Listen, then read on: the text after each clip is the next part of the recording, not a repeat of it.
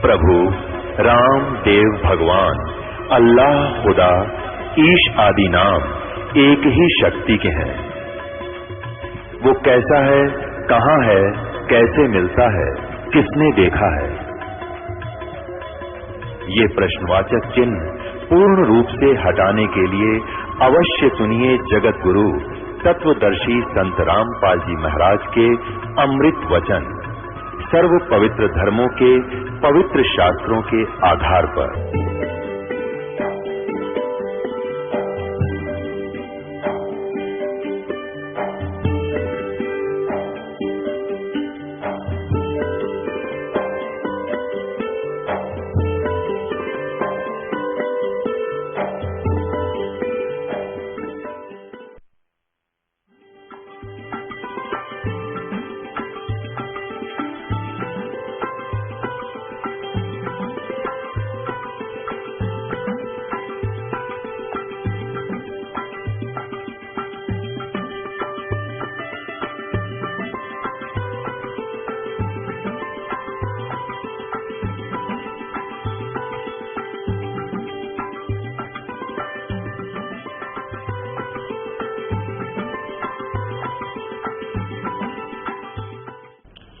जो परमात्मा धूलोक के तीसरे पृष्ठ पर विराजमान है, वो एक स्थान पर रहता है वो परमात्मा, और वो क्या करता है देखिए।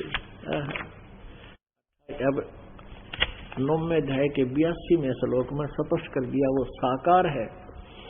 ऋग्वेद मंडल नंबर 9 सूक्त नंबर 82 का मंत्र नंबर 1 है। जो सर्व उत्पादक प्रभु यानी सबकी सृष्टि, सबकी उत्पत्ति करने वाला, संसार रूपी वृक्ष के प्रवृत्ति जिससे विस्तार को प्राप्त हुई है, यानी जिसने सबको संसार को रचा है। प्रकाश रूप यानी तेजो में रूप वाला, सद्गुणों की वृष्टि करने वाला, पापों के हरण करने वाला, वह राजेव राजा के समान दर्शनीय है। यही लिख रहे हैं आर्य समाज के विद्वान ही, आचार्य ही इसको साकार सिद्ध कर रहे हैं। समान दर्शनीय है और वह पृथ्वी आदि लोक लोकांतरों के चारों ओर शब्दमान हो रहा है। वह वर्णीय पुरुष को, जो उस श्रेष्ठ भगत अच्छी आत्मा को, जो दृढ़ भक्त है, उसको पवित्र करता हुआ मिलता है, यहाँ आकर प्राप्त होता है। जिस प्रकार विद्युत आकाशीय बिजली सने वाले स्थानों पर को आधार बनाकर प्राप्त होता है, जैसे पहले काशी और थाली हुआ करते, काशी की थाली और वेले हारदे काशी धातु के, उन पर बिजली अमूमन गिरती थी। तो वर्षा के समय हमारी दादी माँ का कीताई कहा करती, भाई बाहर ये थाली उठा लो न बिजली गिर जाएगी, तो वो उस पर गिरती है, उसका उससे अट्रैक्शन है। ऐसे ही परमात्मा अच्छी आत्माओं को ही मिलता है, वर्णीय पुरुषों को, जो दृढ़ भक्त हैं, उनको पवित्र करता हुआ प्राप्त होता है। बिजली की तरह, जैसे बिजली अपना आधार बनाकर आती है। दूसरे में देखो, हे परमात्मन, उपदेश करने की इच्छा से आप, यानी सच्चा ज्ञान देने की इच्छा से आप महापुरुषों को प्राप्त होते हो, और आप अत्यंत गतिशील पदार्थ के समान, यानी बहुत तीव्रगामी होकर हमारे आध्यात्मिक यज्ञ को प्राप्त होते हो, हमारे पापों को। आप कबीर देव हैं, बंदी छोड़ रहकर आप कबीर देव हैं, शुद्ध स्वरूप है, आपका सुंदर रूप है, पवित्र रूप है। हमारे पापों को दूर करके हे अमर परमात्मा आप हमको सुख दें। पुण्यात्माओं, अब जो जहां से ये सत्संग प्रारंभ किया था कि हम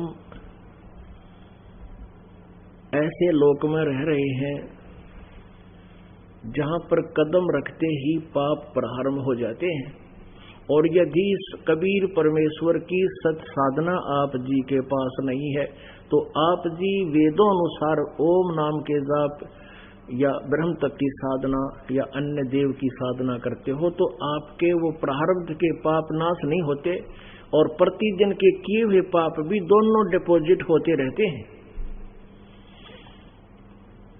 और कबीर परमेश्वर की सत साधना करने से वो परमात्मा हमारे घोर पाप का भी नाश कर देता। ये एक उदाहरण और देंगे। पुण्यात्माओं, इतना बढ़िया मौसम है, ये वसंत ऋतु और मीठी मीठी है प्यारी प्यारी ठंड। 100 AC लाजे जब भी ना हो इतनी ठंड जितनी भगवान ने कुदरती कर रखी है। और परमात्मा का अमृत भोजन प्राप्त करके प्रसाद और उसकी प्यारी आत्मा अब ज्ञान से तृप्त हो रही है। उस अमर ज्ञान से, उस अमर वाणी से आपके अंदर और एक डोज दी जा रही है। पहले हम इस ज्ञान से परिचित नहीं थे, पिक्चर देखा करते और VCR हुआ करते, इतने बड़े बड़े खोसड़े है वो आरती व कैसेट 3 लगा करते, 3 घंटे की होती थी। और नो सोचा करते, कहा करते भाई 100 रुपये लगेंगे, सारी रात देखेंगे। वो 9 घंटे देख के और जब देखा करते अगले की बुनवाई जानते 4 पिए जानते आंख पाड़े बैठे रहते, कोरी बकवास देखा करते और कति नींद नहीं आवे। और इसे अमृत ज्ञान की वर्षा में नींद तक आसपास भी ना रहनी चाहिए। और कभी लटका आ जाता है, अपना याद रखे कि मानुष जन्म दुर्लभ है, मिला न बारंबार। एक बार ये तरवर से पत्ता टूट गया तो फिर नहीं लागे डार, फिर ये स्थान नहीं मिलेगा आपको। तो अब दिखाते हैं यजुर्वेद में वो परमात्मा जो कबीर है वो हमारे घोर पाप का विनाश कर देता है। ये अनाड़ी ऋषि, महर्षि, युद्धानंद जैसे कलयुगी ऋषि क्योंकि परमात्मा साधना से पाप नाश नहीं कर सकता। पहले इसकी थोड़ी सी हिंदी कर जा, इस बिना यह बात समझ पावे कोई ना। क्योंकि सबसे बड़ा बखेड़ा यूं कर गया इस जाते प्रारंभ के कलयुग के प्रारंभ में। ये सत्यार्थ प्रकाश है महर्षि दयानंद जी की अपने अनुभव की रचना, ये सत्यार्थ प्रकाश। और ये कहां से, ये देखिए, ये है सत्यार्थ प्रकाश है। वेद आदि विविध सत शास्त्र प्रमाण संवित श्रीमत, यानी वेदों आदि विविध सद शास्त्रों के से प्रमाणों के से इसकी रचना की है। श्रीमत परमहंस परिव्राजक आचार्य कौन? ये उपमा है महर्षि दयानंद का, आगे भी और पाछे भी। महर्षि दयानंद सरस्वती स्वामी विरचित है। प्रकाशक वैदिक यति मंडल, दयानंद मठ, दीनानगर, पंजाब। और यहाँ इसके प्रकाशक हैं, मुद्रक हैं आचार्य प्रिंटिंग प्रेस, गोहाना मठ, दयानंद मठ, गोहाना मार्ग, रोहतक, दूरभाष। इतने अब देखना इसके साथ में समोल्लास में किसा अड़ंगा कर रखा है इस दयानंद ने, अपनी सोच है इसकी। या सत्यार्थ प्रकाश से 154 पृष्ठ पे और ये 7वां समोल्लास है। इसके नीचे देखें, प्रसन्न ईश्वर साकार, हवा निराकार, उत्तर निराकार। अच्छा, किसी ने प्रश्न किया कि प्रसन्न परमेश्वर की स्तुति, प्रार्थना और उपासना करनी चाहिए व नहीं? महर्षि दयानंद जी कहते हैं करनी चाहिए। तो प्रश्नकर्ता कहता है क्या स्तुति आदि करने से ईश्वर अपना नियम छोड़ स्तुति प्रार्थना करने वाले का पाप छुड़ा देगा, पाप नाश कर देगा? नहीं, उत्तर नहीं। तो फिर स्तुति प्रार्थना क्यों करना? प्रश्नकर्ता ठीक है, फिर फायदा क्या भक्ति करने का? उत्तर स्वामी जी कहते हैं उनके करने का कुछ और फल है, पाप तक कटे नहीं, और फल है। तो क्या है? प्रश्नकर्ता कहता क्या है? स्वामी जी उत्तर देते हैं, महर्षि दयानंद उत्तर दे रहे हैं, स्तुति से ईश्वर में प्रीति, उसके गुण कर्म स्वभाव से अपने गुण कर्म स्वभाव का सुधरना, प्रार्थना से निरअभिमानता, उत्साह और सहाय का मिलना, और उपासना है, उपासना से परब्रह्म से मेल और उसका साक्षात्कार होना। ये दो कंसेप्ट क्लियर इसने। एक तो आपका खंडन कर दिया साकार वाला, निराकार वाला कहते हैं उसका साक्षात्कार हो जाता है और मिलन हो जाता है। यदि साधना से उपासना से मिलन हुआ तो निराकार की वो सब जगह कैसे हुआ? नहीं तो वैसे परमात्मा मिला हुआ है, निराकार है, सर्वव्यापक है। तो वो परमात्मा एक देशीय है। वेदों ने स्पष्ट कर दिया, ये बताता है, कहता परमात्मा एक देशीय नहीं है, एक स्थान पर नहीं रहता, और उसका साक्षात्कार होना। अब यहाँ प्रसंग चल रहा है कि भगवान पाप नहीं छुड़ाता। 163 पृष्ठ पर और क्लियर कर दिया इसने, कति स्पष्ट कर दिया है, ये देखिएगा।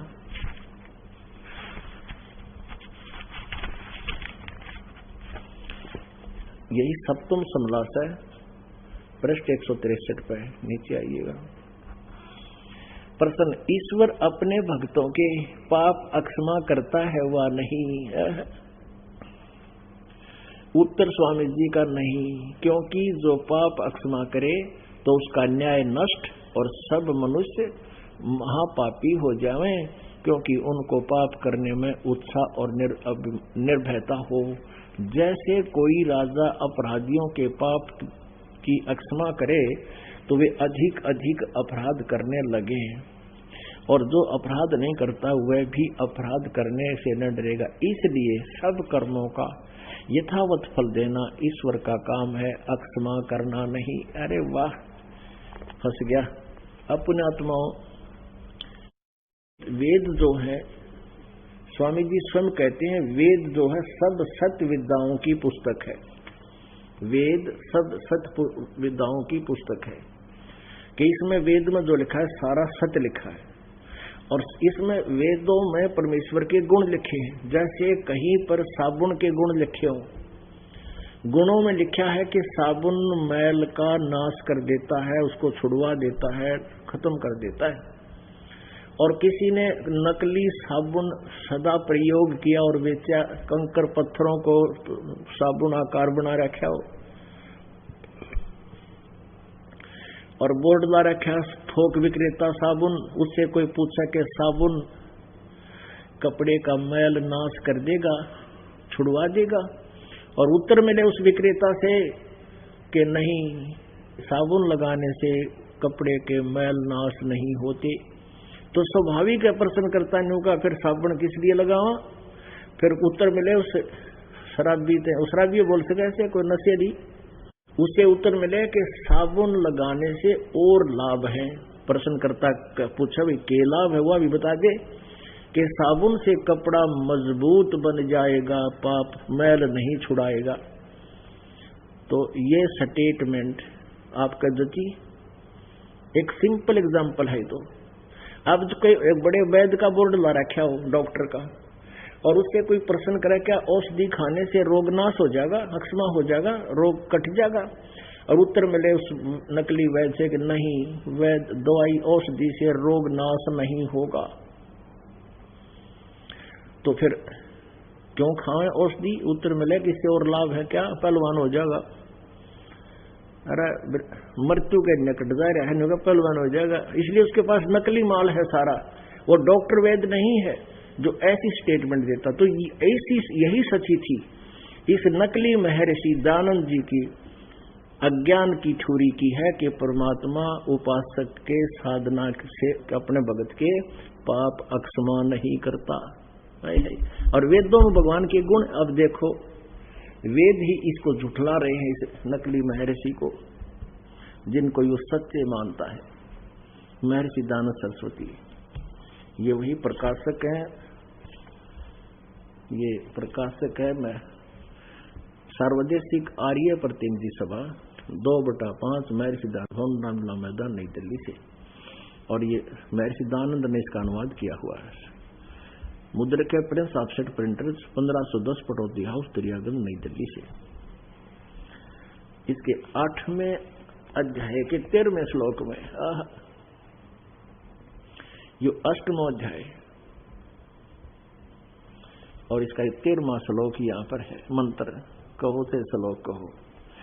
इसमें संस्कृत है देव कर्तस्य एनस्य अवजनमसी, मनुष्य कर्तस्य एनस्य अवजनमसी, पितर कर्तस्य एनस्य अवजनमसी, आत्म कर्तस्य एनस्य अवजनमसी, एनस्य अनुस्य अनुस्य एनस्य अवजनमसी। ओहो, एनस्य अनुस्य मन घोर पाप का भी नाश करने वाला। ये 241 पर हम पढ़ रहे हैं, 241 पे। ये 241 पृष्ठ है अष्टम अध्याय का और मंत्र नंबर 13। और यहाँ हम इसका 242 पे इसका इन्हीं का अनुवाद पढ़ते हैं, महर्षि दयानंद का 242 पे। हे सबके उपकार करने वाले मित्र आप।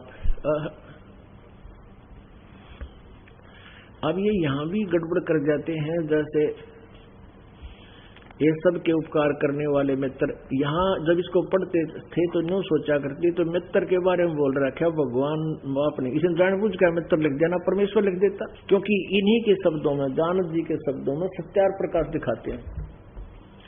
ये देखिएगा, ये फिर वही सत्यार प्रकाश है। और इसके प्रथम ही समोल्लास में और 18 पृष्ठ पे है, ये देखिएगा, प्रथम समोल्लास है और पृष्ठ नंबर 18 पे सत्यार्थ प्रकाश है। जो सबसे स्नेह करे और सबको प्रीति करने योग्य है, वह परमेश्वर सबका सच्चा मित्र है। इससे परमेश्वर का नाम मित्र है। बस हमने इसके इतना ही लेना। अब देखिएगा, ये वही यजुर्वेद 8वां अध्याय, वही यजुर्वेद 8वां अध्याय यजुर्वेद 242 पृष्ठ पे दयानंद जी की अनुवाद। हे सबके उपकार करने वाले परमेश्वर आप। अब यहाँ परमेश्वर बोलेंगे मित्र के स्थान पर, उन्हीं के शब्दों में। आप दान देने वाले के एनस्य माने अपराध, अपराध कहो चाहे पाप कहो, इन खुद एनस्य माने पाप भी अर्थ किया है। हे सबके उपकार करने वाले मित्र अर्थात परमेश्वर आप, दान देने वाले के अपराध के, पाप के, अवजनम माने विनाश करने वाले हो, अक्षमा करने वाले हो, समाप्त करने वाले हो, छुड़ाने वाले हो। साधारण मनुष्यों के किए हुए एनस्य माने अपराध के, पाप के विनाश करने वाले हो। पिता के किए हुए विरोध आचरण नहीं, एनस्य माने पाप के। पिता करे से पुत्र पाप और भक्ति करेगा उसके भी पाप नाश होंगे। अच्छे प्रकार ना हरने वाले माने नाश करने वाले हो। आत्म करते से अपने किए हुए एनस्य माने पाप के आप दूर करने वाले हो, छुड़ाने वाले हो, अक्षमा करने वाले हो। एनुस अनुस अधर्म के अधर्म, ओहो अधर्म के अधर्म के यानी घोर अपराध के भी आप नाश करने वाले हो। जानता हुआ मैं जो कुछ भी धर्म अधर्म आचरण किया करता हूँ वह करूं, अनजान में जो कुछ भी किया करता हूँ वह करूं, उस सब एनस्य माने पाप के, दुष्टाचरणी पाप के आप दूर, अवजन माने नाश करने वाले हो, अवजन माने विनाश करने वाले हो। पुण्यात्माओं, ये कंसेप्ट क्लियर हो गया कि कबीर परमेश्वर वो पूर्ण परमात्मा है, उसका नाम कबीर देव है, वो सतलोक में रहता है।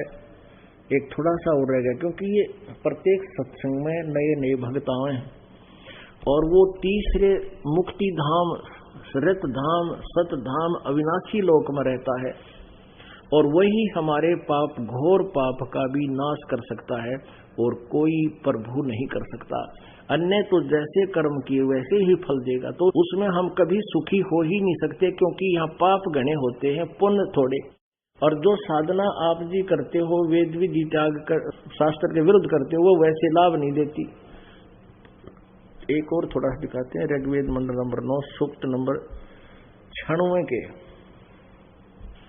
अब देखिए ऋग्वेद मंडल नंबर 9 सूक्त नंबर 96, ये वही आर्य प्रतिनिधि सभा द्वारा प्रकाशित है। इसमें स्पष्ट हो जाएगा वो कबीर देव है, वो कबीर परमात्मा अपनी कबीर वाणी से यथार्थ ज्ञान को अपने भक्तों को बताने आता है। ये वही है सार्वदेशिक आर्य प्रतिनिधि सभा महर्षि दानव जिला मैदान नई दिल्ली से पर छपा है और ये उसके प्रिंटर्स हैं।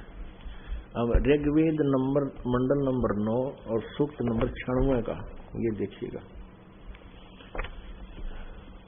मंडल नंबर 9 सूक्त नंबर 96 का और मंत्र नंबर 18 ही दिखाओगे, ज्यादा नहीं। 18 इसका अनुवाद इन्होंने ये 334 ये 335 है, गलती से मिसप्रिंट हो गया और यहाँ पर 336 पर किया हुआ है। अमर स्वरूप परमात्मा, सोम माने अमर, सोम रूप नहीं, अमर अमर परमात्मा पालन की इच्छा करता हुआ तीनों लोकों में सबका प्रवेश करके सबका धारण पोषण करने के लिए करता हुआ जो महान वह परमात्मा तृतीयम धाम विराजम, देव्यान और पितरान इन दोनों से पृथक तीसरा जो मुक्ति धाम है उसमें विराजमान है, उसमें विराजमान है। इन्होंने ज्ञान योगी गलत अड़ा दिया है। यहाँ देखो, अब यहाँ और क्लियर हो जाता है। ऋग्वेद मंडल नंबर 9 सूक्त नंबर 86 के मंत्र नंबर 27 में है। ऋग्वेद मंडल नंबर 9 सूक्त नंबर 86 वो 96 सूक्त था, ये 86 है 86। इसके दूसरे 27 श्लोकों मंत्र में कहा है जो परमात्मा ध्रुवलोक के और तीसरे पृष्ठ पर विराजमान है, वहां तीसरे भाग में बैठा है और उसी प्रकार वहां लिखा है। इन्होंने ज्ञान योगी वहां गलत अड़ा दिया, तो वो परमात्मा तीसरे धाम में रहता है। वह परमात्मा वो तीसरे धाम मुक्ति धाम में सतलोक में रित धाम में कबीर अंगारी असी बम्भारी असी सवर ज्योति रित धामा असी। वो कबीर परमात्मा पाप नाशक है, बंधन का नाश करने वाला बंदी छोड़ है और सतलोक में रहता है और वही हमें सदा के लिए मोक्ष देता है, जन्म मृत्यु हमारे पापों का नाश करता है। अमर करूं सतलोक पठाऊं तात बंदी छोड़ कहाऊं, बंदी छोड़ हमारा नामम अदर अमर है अस्थिर ठामम। अब परमात्मा बताते हैं ये संसार समझदा नाई कहंदा श्याम दोपहरे नू, गरीबदास ये वक्त जात है रोगे इस पैरे नू। मानस जन्म दुर्लभ है ये मिलन बारंबार, तरवर से पैता टूट गिरे तो बहुर न लगता डार। परमेश्वर कबीर जी की महिमा को आंखों देखी आदरणीय गरीबदास साहिब जी बता रहे हैं कि ये संसार समझदा नहीं कहंदा श्याम दोपहरे नू। ये इन जो कुछ भी सुख नहीं दे सकते उन भगवानों को ये जो है सुखदाई भगवान मान बैठे और कहते हैं गरीबदास जी कह रहे हैं गरीबदास ये समय जावे है, मनुष्य जीवन फिर नहीं मिलेगा, ये तत्वदर्शी संत नहीं मिलेगा और ये मार्ग नहीं मिलेगा, फिर रोया करोगे इस समय को। बोलो सतगुरुदेव की जय। समझा है तो सर दर पाओ बहुर नहीं रे ऐसा दाओ। बोलो सतगुरुदेव सत साहिब। परम पिता परमात्मा पूर्ण ब्रह्म सारी सृष्टि के रचनहार कुल मालिक कबीर देव कबीर साहिब जी अपनी महिमा अर्थात पूर्ण परमात्मा अपनी जानकारी स्वयं ही बताने के लिए अपने निज स्थान सतलोक से चलकर इस काल के लोक में आते हैं। यहाँ पर उन अच्छी आत्माओं को, नेक आत्माओं को जो परमात्मा के चाहने वाली होती हैं, जो दृढ़ होती हैं, उन महापुरुषों को परमात्मा आकर मिलते हैं।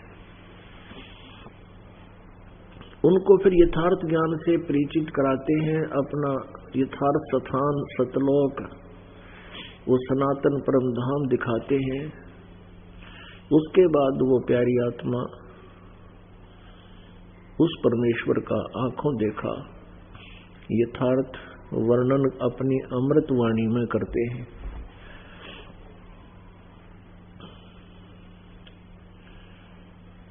जिन महापुरुषों को परमात्मा मिले, जैसा कि परसों के सत्संग में आप जी को स्पष्ट किया गया था, सभी सदग्रंथों के आधार से पवित्र चारों धर्मों के पवित्र सदग्रंथों के आधार पर यह प्रमाणित किया गया था कि परमात्मा साकार है और वो नर आकार है, मनुष्य जैसा है और उसका नाम कबीर है। ये तो सदग्रंथों ने प्रमाण दिए। और जिन महापुरुषों ने उस परमेश्वर का साक्षात्कार हुआ, जिन्होंने परमेश्वर को देखा, उनमें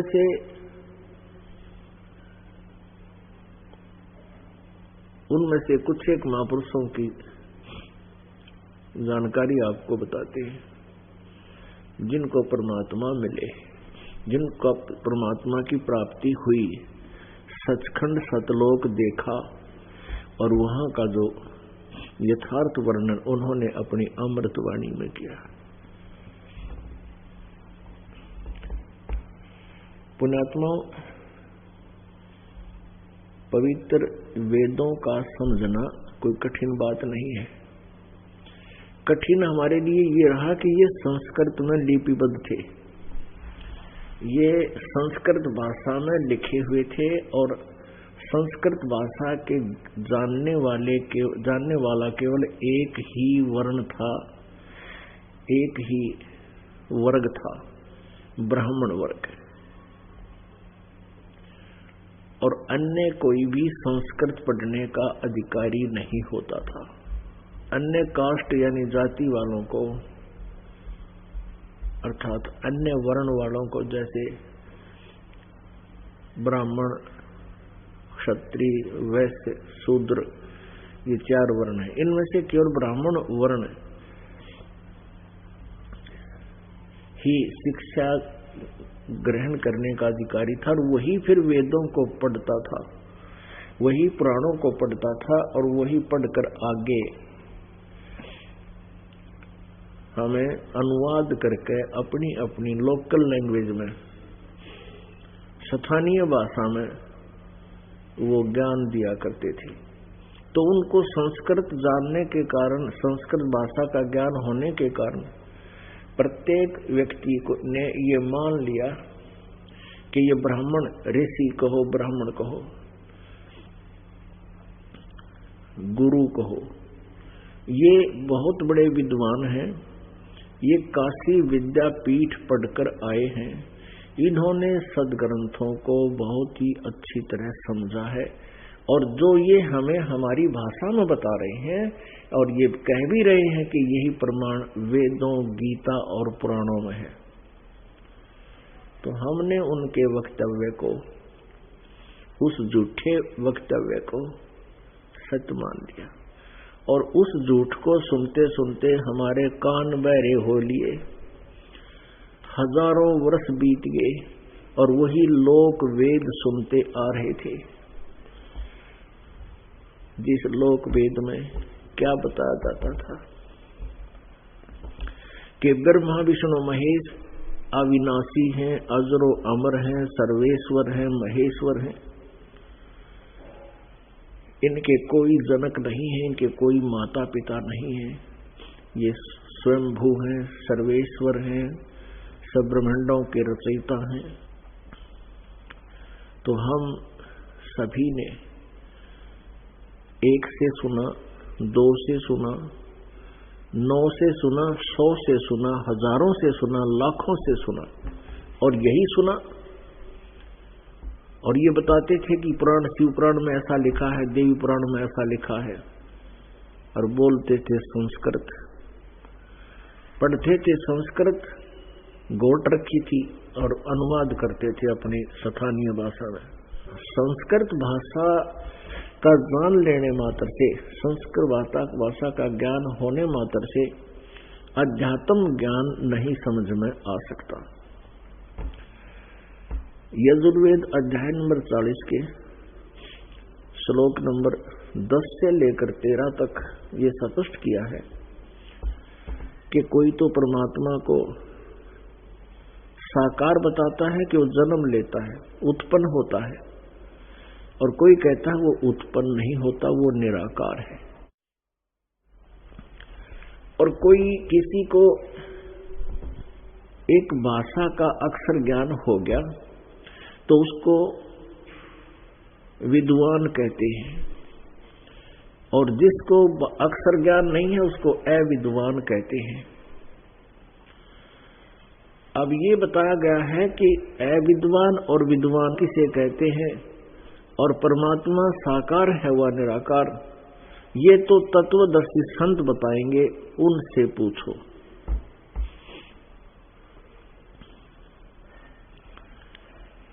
पुण्यात्माओं, पवित्र चारों वेदों में कंप्लीट ज्ञान नहीं है, कंप्लीट स्पिरिचुअल नॉलेज नहीं है, और गलत भी नहीं है, रॉन्ग भी नहीं कह सकते इसको, क्योंकि सिलेबस का स्टेटस होता है।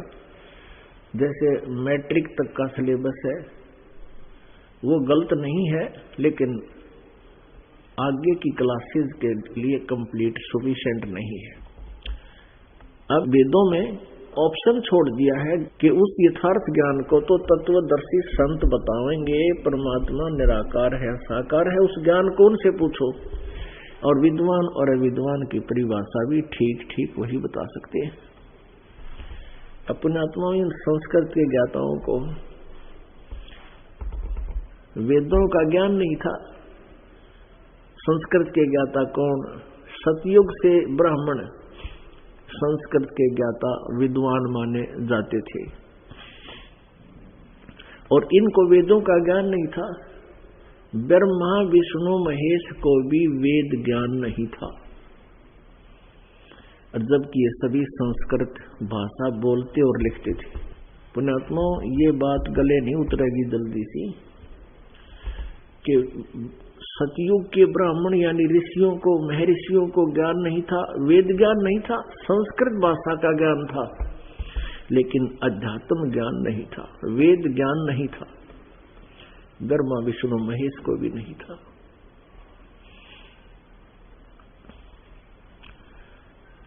अब यहां बात अड़ जाती है। यदि आज से 600 वर्ष पहले कोई ये बात कहे जो दास बोल रहा है, तो कोई सपने में भी स्वीकार नहीं करे कि बोलने वाला सच्ची कह रहा है।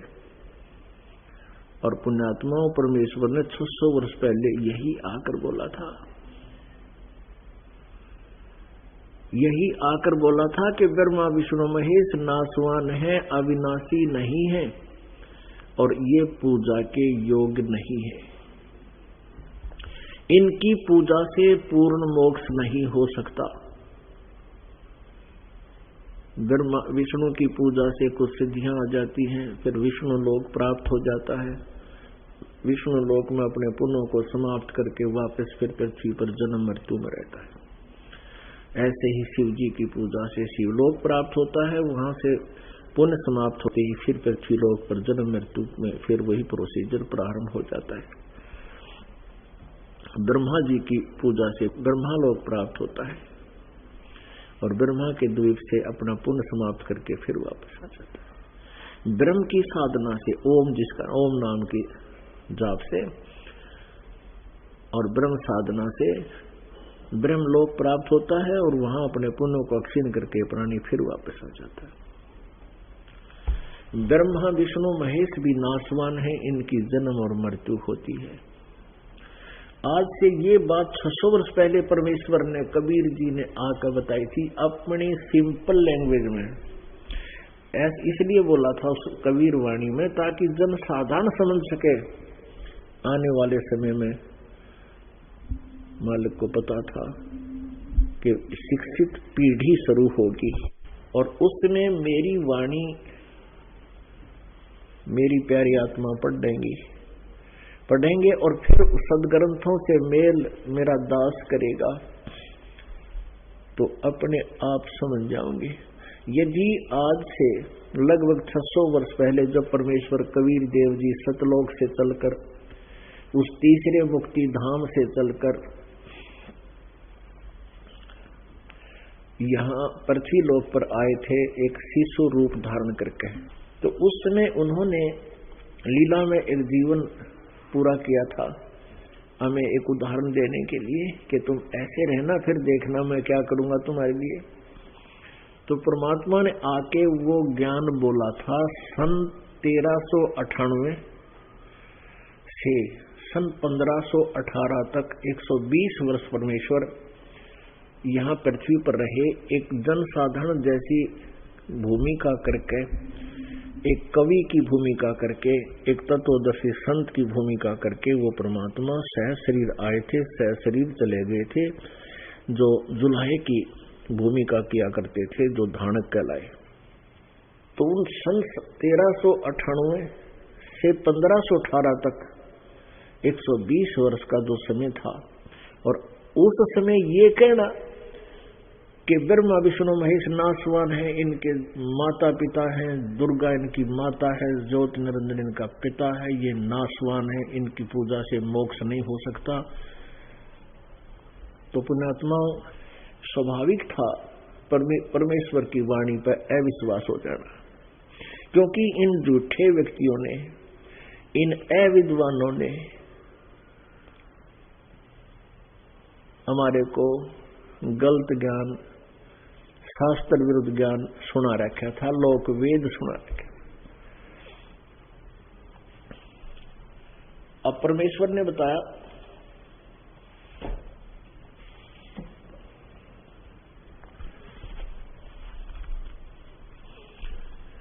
सुर नर मुनि जन 33 करोड़ी, बंदे सभी निरंजन डोरी।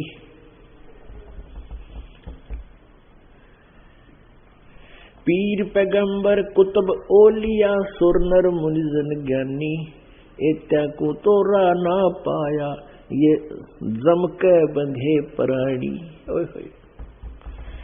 इन ब्रह्मा विष्णु महेश और इन 33 करोड़ देवताओं तक ऋषि महर्षियों को परमेश्वर ने बताया कि तो काल का बंद रहे हैं, इस ज्योत निरंजन का बंद रहे हैं, ये तो इसी तक की पूजा करते हैं और इसी के जाल में रहते हैं, इनको वेद ज्ञान नहीं है।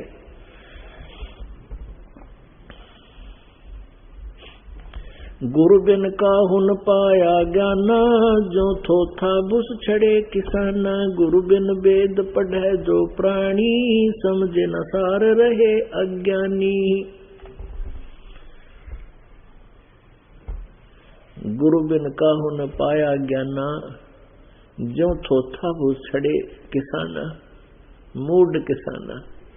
समझदार किसान तो थोथे उसने नहीं कुटेगा, नहीं छड़ेगा, लेकिन मूर्ख व्यक्ति थोथे उसने कुटे तो उसमें क्या मिल रहा है? कुछ नहीं। जैसे धान झाड़ लिए हो और पराल पड़ी हो और कोई उसने उठा कर लग रहा है कूट, उस झाड़ने लठ लेकर कूटन लग रहा है, तो उसे क्या मिलेगा? कुछ नहीं मिलेगा। तो ऐसे ही वेद ज्ञान न होने से ये ब्रह्मा विष्णु महेश और सतयुग के ऋषि महर्षि, सतयुग के ब्राह्मण और आज के ब्राह्मण जकर खत्म है, ये तो बात छोड़ दे, वो कहा ना छड़ दे गल। तो उनको भी ज्ञान नहीं था, वो भी थोथा बूस छड़े थे, क्योंकि गुरु बिन काहुन पाया ज्ञाना, जो थोथा बुस छड़े किसाना, गुरु बिन वेद पढ़े जो प्राणी, समझे न सार रहे अज्ञानी। अब पुण्यात्मा परमात्मा ने ढोल के डंके में 600 वर्ष पहले यही ज्ञान दिया था, लेकिन इन नकली ऋषि महर्षि गुरु और मंडलेश्वरों ने, आचार्यों ने, इन दुष्ट आत्माओं ने इस सत्य ज्ञान को हम तक आने नहीं दिया, क्योंकि ये काल के एजेंट हैं पक्के। ये मिसगाइड करते रहते। अब भी कहते हैं रामपाल झूठ बोलता है, जबकि प्रत्यक्ष दिखाता हूं और उन्हीं की पुस्तक दिखाता हूं काल के दूता की, कि तुम ऐसा गलत ज्ञान प्रचार कर रहे हो, बोली आत्माओं के जीवन के साथ खिलवाड़ कर रहे हो।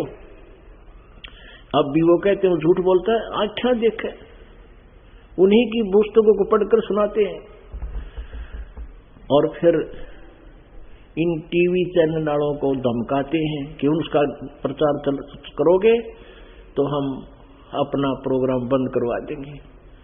अब ये चैनल वाले रोजी रोटी वाले आदमी, इनने कोई जनता के उद्धार से कोई लेना देना नहीं। जो इंसान माया तक सीमित है वो किसी का भला कर नहीं सकता, चाहे वो संत है, चाहे कोई राजनेता है, चाहे ये प्रचार प्रसार की जो साधन है।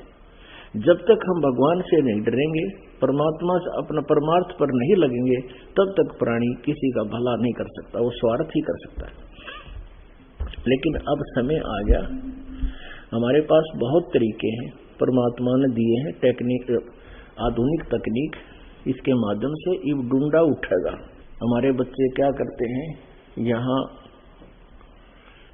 ये चिप भरी जाती है और दोनों सा भी सत्संग उनको चाहिए, एक चिप में 48 घंटे का आ जाता है, वीडियो फिल्म भी आ जाए 40 घंटे की, और वो यहाँ से भरवा ले जाते हैं, डीवीडी ले जाते हैं, कति सस्ते रेट में देते हैं। जो और संत 50 की देते हैं, यहाँ पर हम 15 रुपए की सीडी देते हैं, डीवीडी 20 रुपए की, जिसमें बहुत गुना सत्संग आ जाता है। और वो भी लागत मुश्किल इसलिए देते हैं कि कोई वैसे ठा ले जाए, न फिर इनमें बरवाले रागनी। तो इस प्रकार तो अब ये क्या करते हैं हमारे बच्चे, एक फौजी आया छुट्टी और आते ही उसने नाम लिया, सीधा यहाँ पहुंचा। उसने बताया जी आपका एक भक्त मिला मुझे ट्रेन में, उससे चर्चा होगी। तो वो ज्ञान जो कह रहा था, मैं कहने लगा भी कोई प्रमाण दिखा। उसने अपनी चिप काट कर मेरे ताई दे दी, अगले तो आप इसने देखियो, और कोई पैसा लिया नहीं, 200, 250, 300 रुपए की वह चिप मेरे ताई दे दी। एक तो मुझे इतना जबरदस्त उसका असर हुआ कि भी इस आदमी ने केस स्वार्थ है, फ्री में चिप दे दी। फिर मैंने उसको अपनी चिप दे दी, आप या ले जाओ। ने बोला ना, इसमें तो तुमने गाने गुने भरवा रखे, इसमें हम भगवान की वाणी भर नहीं सकते। हालांकि ऐसे बदल भी लेता मैं, पर नहीं लूंगा, पैसा भी नहीं लिया। फिर वो बोला जी मैंने इस बात की और जो ना चेष्टा बनी, और मेरे पास 22 घंटे थे सफर में, मैंने वहां से लेकर वहां तक वो उसमें चिप चलाई। फिर मेरे पास 2 बैटरी थी, चार्ज मतलब 2 रखता था कि सफर में मुझे पता होता फोन फान करना पड़ जाए, कई बार दोनों बैटरी चार्ज कर रखी।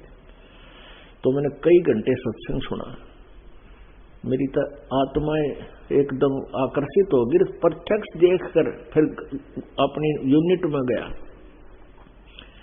यूनिट से परमिशन लेकर ये सदग्रंथ में फिर छुट्टी लेकर बाहर गया, वहां से लाया ये सदग्रंथ, आख्या देखी, पुराण देखे, वेद तो मिले नहीं मुझे, और गीता देखी। बोला मैं तो उसी दिन छुट्टी ले गए, छुट्टी मिलते ही सीधा यहाँ आया हूँ और नाम लेकर जाऊंगा। तो पुण्यात्मा ये ना चलाओ चैनल वाले, चैनल चाल पड़े हमारे अंडरग्राउंड, हाँ देखिए डूंडा फाटेगा। और एक दिन ऐसा होगा ये लाइन में खड़े होंगे चैनल वाले लोग, हमने दे दो हम चला जाएंगे, क्योंकि ये इसके बिना और कोई सुना ही नहीं। लास्ट में देख लेना, ये ऐसा ज्ञान है जैसे आदमी सब काम छोड़कर बैठ जाएगा और इंतजार करेगा वो प्रोग्राम आवे कब किस तरह। ये आत्मा की खुराक और जनता का, समाज का सुधार और आत्मा का उद्धार इसी ज्ञान से होगा।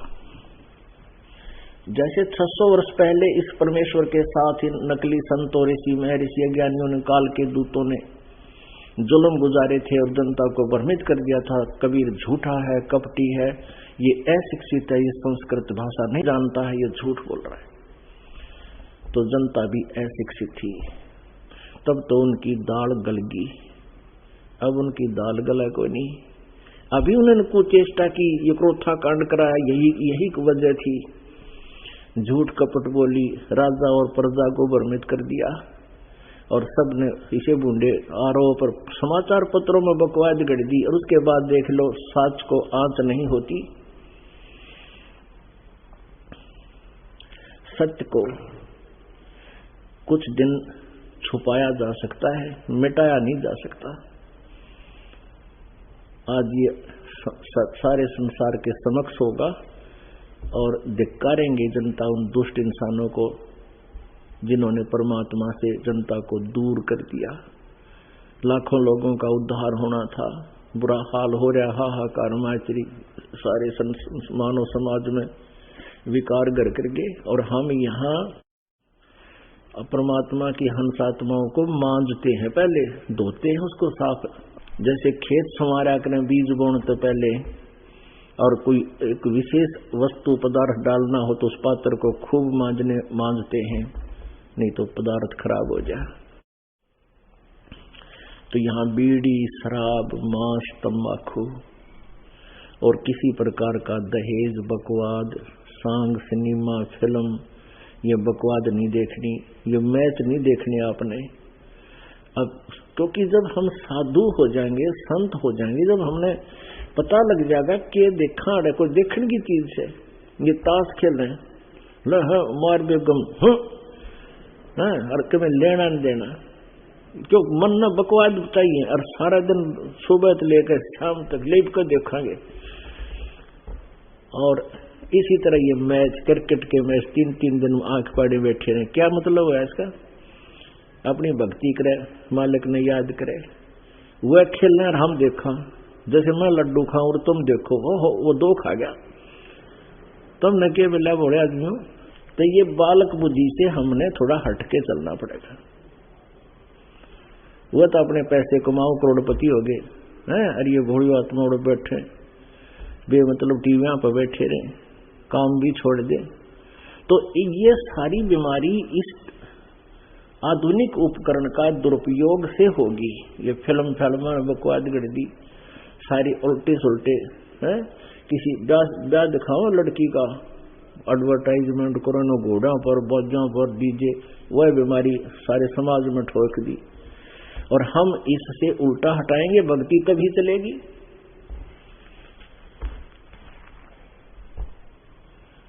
तो पुण्यात्माओं, 600 वर्ष पहले, 550 वर्ष पहले परमात्मा यही बताया करते थे, मेरे साथ 2 भाई मन सब जग भूला पाया। मेरे साथ 2 भाई सब जग भूला पाया। इसी भूल में ब्रह्मा भूला जिसने वेद सरसाया। वेद पढ़ वो पंडित भूला, वो मर्म भेद न पाया। मेरे साथ 2 भाई सब जग भूला पाया। इसी भूल में विष्णु भूला जिन वैष्णो धर्म चलाया। तीर्थ व्रत का बांध महात्म बहुविध जीव भरमाया। मेरे साथ 2 भाई सब जग भूला पाया। इसी भूल में शंकर भूला जिन भिक्षुक पंथ चलाया। सिर पे जटा हाथ में खप्पर घर घर अलख जगाया। मेरे साथ 2 भाई सब जग भूला पाया। और कहे कबीर, जिसने पा गया भेद मर्म का, और फिर गर्भवास नहीं आया। अब दिखाते हैं कि स्वर्णर मुनिजन 33 करोड़ी, ये बंदे सभी निरंजन डोरी। पीर पैगंबर कुतुब ओलिया, स्वर्णर मुनिजन ज्ञानी, इत्याकू तो राना पाया। ये काल के बंधे परायणी। अब दिखाते हैं, न ब्रह्मा को ज्ञान था वेद का, न विष्णु को था, और शिव तो इनसे भी छोटा है, इसको शिव को भी ज्ञान नहीं था। ये देखिएगा, छोटा मीन एज में छोटा है, बड़ा ब्रह्मा है, बीच का विष्णु है, और छोटा भाई इनका शिव है। और वेद का ज्ञान इन्होंने ब्रह्मा से ही प्राप्त किया है। ये है श्रीमद् देवी भागवत।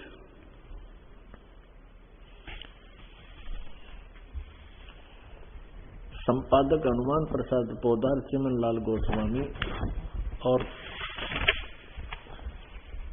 कहाँ से छपी है ये? प्रकाशक व मुद्रक हैं गीता प्रेस, गोरखपुर, गोविंद भवन कार्यालय, कोलकाता का संस्थान। ये इनके फैक्स और फोन नंबर है। पहले तो इसके 123 पृष्ठ पर दिखाते हैं। 123 पृष्ठ पे तीसरा सकंद देवी भागवत, संक्षिप्त देवी भागवत यानी देवी पुराण, शिव या दुर्गा पुराण। तुम शुद्ध स्वरूपा हो, विष्णु जी कह रहे अपनी माता को, तुम शुद्ध स्वरूपा हो, ये सारा संसार तुम इसे उद्भासित हो रहा है। मैं ब्रह्मा और शंकर हम सभी तुम्हारी कृपा से ही विद्यमान हैं। हमारा आविर्भाव और तिरोभाव, आविर्भाव मन जन्म, तिरोभाव मन मृत्यु हुआ करता है। विष्णु जी स्वयं कह रहे हैं कि हम ब्रह्मा, विष्णु और शंकर में तो हमारा तो जन्म मृत्यु होता है, हम अविनाशी नहीं हैं। केवल तुम ही नित्य हो, जगत जननी हो, प्रकृति और सनातनी देवी हो। भगवान शंकर बोले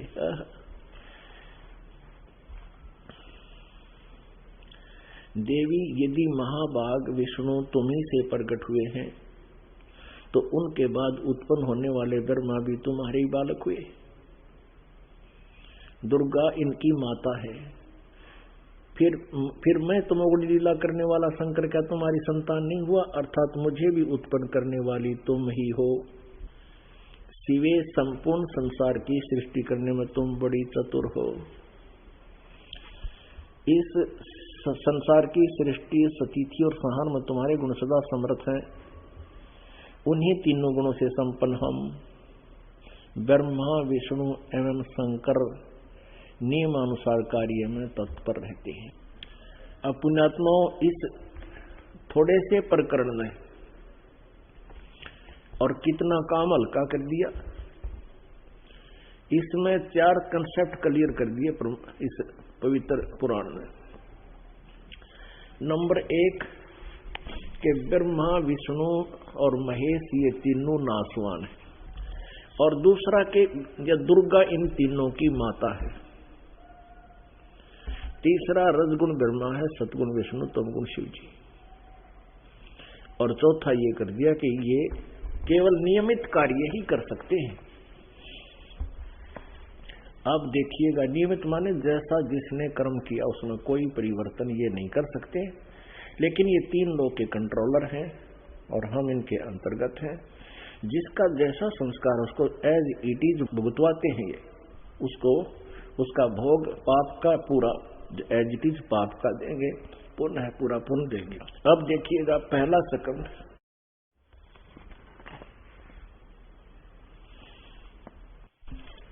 संक्षिप्त देवी भागवत और पृष्ठ 28 पे। अब यहां से देखते हैं, नारद जी और व्यास जी का आपस में संवाद हुआ। अब नारद जी से व्यास जी ने पूछा एक प्रश्न, तो व्यास नारद जी कहते हैं यही प्रश्न मेरे मन में था, मैंने अपने पिता ब्रह्मा जी से पूछा। क्योंकि सारा ज्ञान ब्रह्मा से ही प्रचलित बताया जाता है और वेदों का ज्ञाता ब्रह्मा जी को ही माना जाता है। और ब्रह्मा से ही इन सभी ऋषियों को वेद ज्ञान प्राप्त हुआ है। अब देखिएगा 28 पृष्ठ पे संक्षिप्त देवी भागवत, नारद और व्यास जी की चर्चा, गोष्ठी। नारद जी ने कहा, महाभाग व्यास जी, तुम इस विषय में जो पूछ रहे हो ठीक ही प्रश्न मेरे पिताजी ने भगवान श्री हरि से किया था, यानी विष्णु जी से। अब नारद जी कहते हैं, देवा अधिदेव भगवान जगत के स्वामी है, देवताओं के भी देवता कह रहा है विष्णु जी को। और लक्ष्मी जी उनकी सेवा में उपस्थित रहती है। उसकी 4 भुजाएं हैं। हम ज्यादा ना लें, वे जगत प्रभु भगवान श्री हरि महान तप कर रहे थे, उनकी समाधि लगी थी। यह देखकर मेरे पिता ब्रह्मा जी को बड़ा आश्चर्य हुआ। अतः उन्होंने उनसे यानी ब्रह्मा जी ने विष्णु से जानने की चेष्टा प्रकट की। ब्रह्मा जी ने पूछा, प्रभु आप देवताओं के अध्यक्ष जगत के स्वामी विष्णु जी के बारे में ब्रह्मा बोल रहा है, भूत भविष्य एवं वर्तमान सभी जीवों के एकमात्र शासक है। भगवान फिर आप क्यों तप कर रहे हैं और किस देवता की आराधना में ध्यान मग्न है? मुझे असीम आश्चर्य तो ये हो रहा है कि आप देवेश्वर एवं सारे संसार के शासक होते हुए समाधि लगाए बैठे हैं।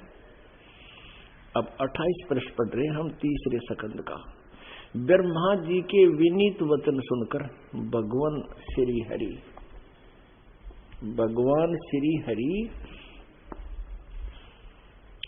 उनसे कहने लगे, ब्रह्मन सावधान होकर सुनो, मैं अपने मन का विचार व्यक्त करता हूं।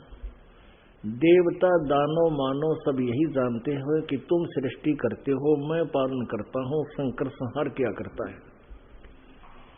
किंतु फिर भी वेद के पारगामी पुरुष अपनी युक्ति से सिद्ध करते हैं कि रचने पालने और संहार करने की यह योग्यता जो हमें मिली है इसकी अधिष्ठात्री शक्ति देवी है। वे कहते हैं कि संसार की सृष्टि करने में तुम राजसी शक्ति का संचार हुआ है, मुझ में सात्विक शक्ति मिली है, रुद्र में तामसी शक्ति का आविर्भाव हुआ। ये फिर क्लियर हो गया कि रजगुण ब्रह्मा, सदगुण विष्णु, तमगुण शिव जी।